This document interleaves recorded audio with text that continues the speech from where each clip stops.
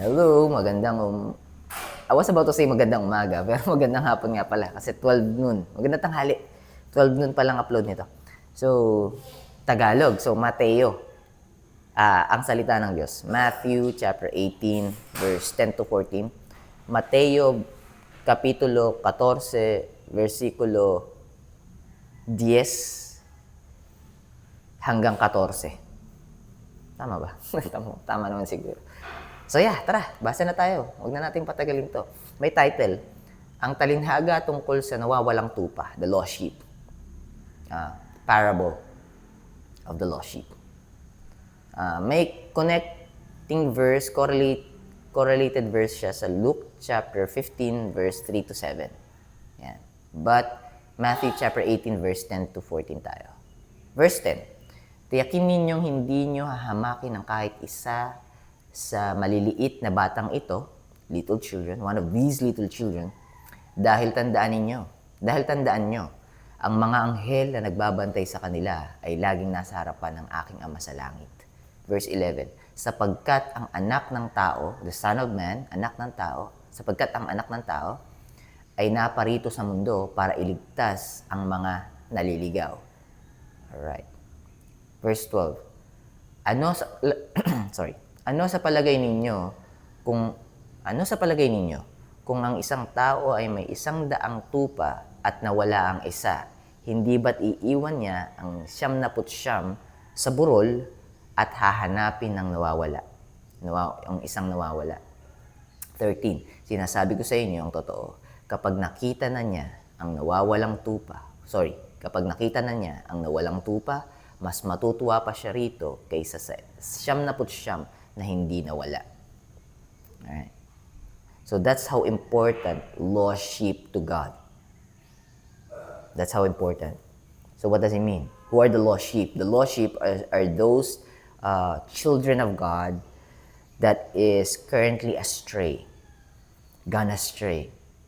They have to return to the flock of sheep of the shepherd by hearing the word of the shepherd. My sheep hear my voice, and I know them and they follow me. That's John chapter 10, verse 27. And I give unto them eternal life, and they shall never perish, and no man shall ever pluck them out of my hand. So verse 28.